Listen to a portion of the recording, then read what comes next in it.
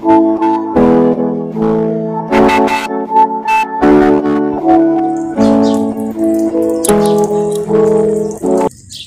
সকাল বন্ধুরা, আমার ঘরোয়া জীবন কাহিনীতে তোমাদের সবাইকে স্বাগত জানাই। আরও একটা নতুন দিন আর আরও একটা নতুন শীতের সকাল আমি শুরু করে দিলাম আমার ব্লগটা। আশা করছি তোমাদের ভালো লাগবে। আর শুরুতেই তোমরা তো দেখে বুঝে গেছো আমি একটু আগুন তাপিয়ে নিচ্ছিলাম। ঘুম থেকে উঠে দেখি বেশ ঠান্ডা বাইরেটা, আর দুদিন ধরে এমন মেঘলা মেঘলা ভাব, মাঝে মধ্যে 2-1 ফোঁটা বৃষ্টিও পড়ছে। আর এই জায়গাটায় ভীষণই মশা, কলতলায় বসা যাবে না, তাই ভাবলাম একটু আগুন ধরিয়ে একটু ধোঁয়া করে নিই। প্রতিদিন সকাল 7টার সময় আমাদের এখানে ডাস্টবিনের গাড়ি আসে, কিন্তু আমি এই কাগজপত্রগুলো আর ডাস্টবিনে ফেলি না। আজকে দেখি গাছটায় কটা ফুল হয়ে আছে, বেলায় তুলে নেব। আর প্রতিদিন স্নান করে উঠে মহাদেবের মাথায় জল দিই, তাই একটা দুটো ফুল গাছ থেকে তুললে বেশ আনন্দ হয়। আজকে সকালে আমি জলখাবার হিসাবে এই ডালিয়ার চিলাটা খাবো। এর মধ্যে আমি একটু গাজর কুচিয়ে দিয়েছি এবং কড়াইশুঁটি দিয়েছি। আর শীতের সময় সব রকম সবজি দিয়ে এটা যদি বানানো হয় না, খেতে সত্যিই টেস্টি হয়।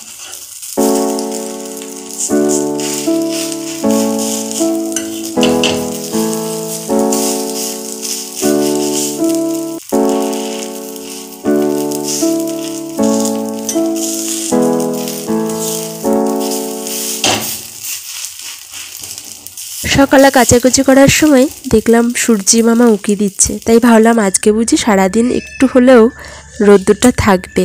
তাই অনেকগুলো নয় করে জামা কাপড় ভিজিয়ে দিয়েছিলাম সার্ফ জলে।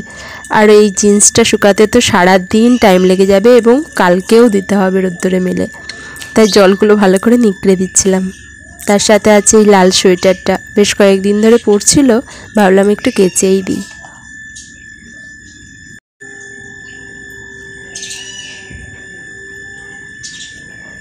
আর শীতকালে তো ছোটোবেলা, যতই রোদ্দুর বেরোক মনে হয় না যেন রোদ্দুরটা ঠিক পাওয়া গেল। ছোটোবেলা হওয়ার জন্যই মনে হয় সূর্যি মামা যেন খুব তাড়াতাড়িই চলে গেল আমাদের ছেড়ে। আর স্নান টান সেরে আমি এই রাস্তাতেই একটু দাঁড়িয়ে থাকি চুলটা শুকানোর জন্য, কারণ এইখানেই এতটুকু একটু রোদ্দুর আসে, তারপরেই 10 মিনিট 15 মিনিট পরে আবার চলে যায়।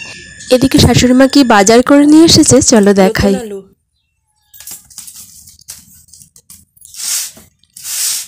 তবে শীতকালে এই আলুর দম খেতে বেশি ভালো লাগে। ছোট ছোট, এর থেকেও ছোট ছোট হয়। ছোট পাইলে নিয়ে আসবো দম করার জন্য। কপিটা ঠাসা রুটি লাগে 30 টাকায় না 20 টাকা। তাহলে ঠিক আছে, একটা 20 টাকা ঠাসা তরকারি কপিটা।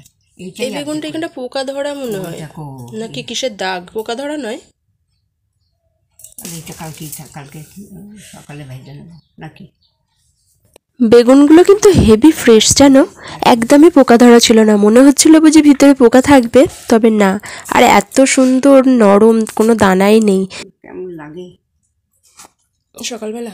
হ্যাঁ, দিয়ে একটু খুললাম প্যাকেটটা, করলো ঠাকুরের দিও। এদিকে আমার কর্তামশাই কাল রাত্রে বোঁদে নিয়ে এসেছে, সবাই মিলে খাওয়া হবে।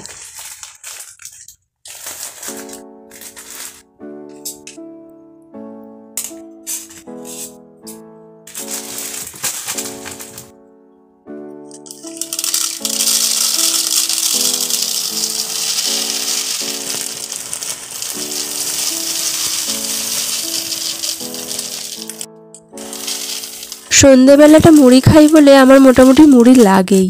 আর এই কৌটোটার মধ্যে ঢেলে রেখেছি ওই অর্ধেকটা মুড়ি, আমার মোটামুটি 1 সপ্তাহের মধ্যে ফুরিয়ে যাবে। কন্টেনারটা খুব টাইট করে দিলাম মুড়িগুলো হাওয়া পেয়ে যাতে নরম না হয়ে যায়। এদিকে আমি রাত্রের জন্য বেগুনটা কেটে নেব। বেগুন ভাজা যেহেতু করব, রাত্রিবেলা বেগুন ভাজা রুটি আমি খেয়ে নেব। আর সকালের তরকারি কড়াই আছে রুটির জন্য, ফুলকপি আলুর তরকারি, সেটা একটু নিয়ে নেব। 4 পিস বেগুন শুধু আমার জন্যই ভাজব। আর এই টাটকা টাটকা বেগুন ভাজাতে কিন্তু তেল বেশি লাগে না, যেন অল্প তেলেতেই বেগুনগুলো ভাজা যায়। কিন্তু যদি শুকনো বেগুনটা হয়, যদি 2-3 দিন পড়ে থাকে, তাহলে কিন্তু তেল বেশি শোষে। আর আটাটা নিয়ে নিলাম রুটি করব বলে, রাত্রে যেহেতু আমরা রুটি খেয়ে নিই। আর তোমরা তো জানোই ভাত আমি রাত্রিবেলা খাই না, বিশেষ করে শীতের সময় তো আরোই নয়, কারণ ভাত খেতে আমার খুব একটা ভালো লাগে না। এদিকে আমার আটাটা মাখাও হয়ে গেছে, যাই রান্নাঘরে যাই।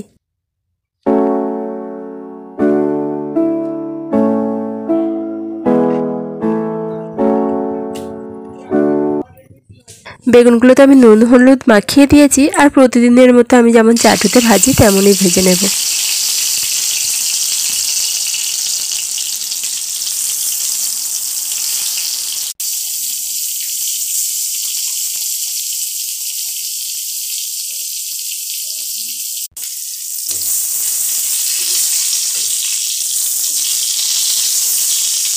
আমি কিন্তু হালকা করে এতে একটু চিনিও দিয়েছি জানো, আর একটু উল্টে পাল্টে নিয়েই নামিয়ে দেব।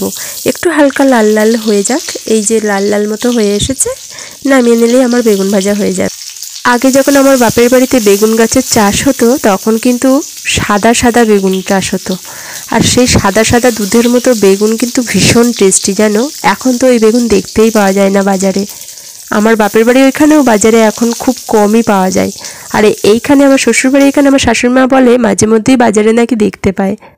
আর যেহেতু এখানে ওরা কোনোদিন ওই বেগুন খায়নি, তাই আমার শাশুড়ি মা ভয়েতে ওই বেগুন কিনে নিয়ে আসে না, বলে কেমন খেতে হবে না হবে। আমি বলি দেখতে পেলে তুমি নিয়ে এসো, খুব সুন্দর খেতে হয়। আর আমি চাটুটা ধুয়ে নিয়ে এসে রুটিটাও বসিয়ে দিলাম, রুটি কটা ভেজে নেব।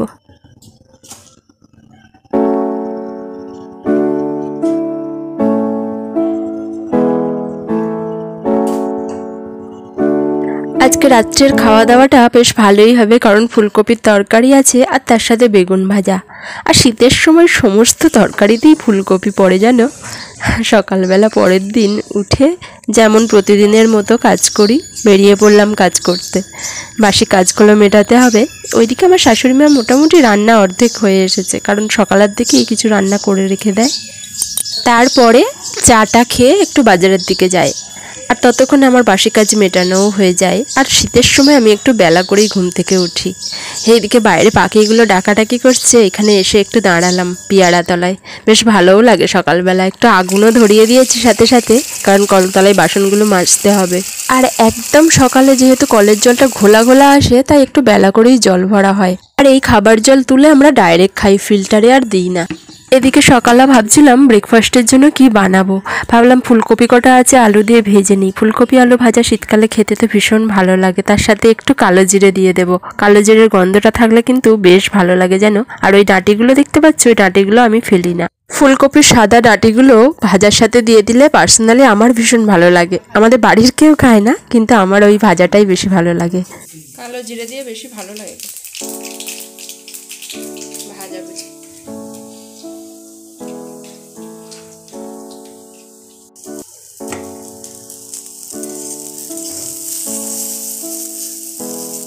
আর ভাজাটাই একেবারে সামান্য হলুদ দিয়েছে, ওই জন্য একটু সাদা সাদা মনে হচ্ছে জানলে।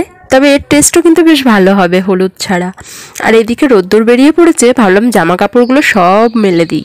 সকালে কেচেও নিয়েছি, আর ওই জামা কাপড়গুলো জল ঝরবে এখন বাইরে মেলা থাকলে। আজকের ভিডিওটা তাহলে আমি বেশি বাড়াচ্ছি না। তোমরা সবাই ভালো থেকো, সুস্থ থেকো এবং সাবধানে থেকো, আর আমার পাশে থেকো। আর যাদের আমার ভিডিও দেখতে ভালো লাগে তারা কিন্তু আমার চ্যানেলটিকে সাবস্ক্রাইব করে দিও।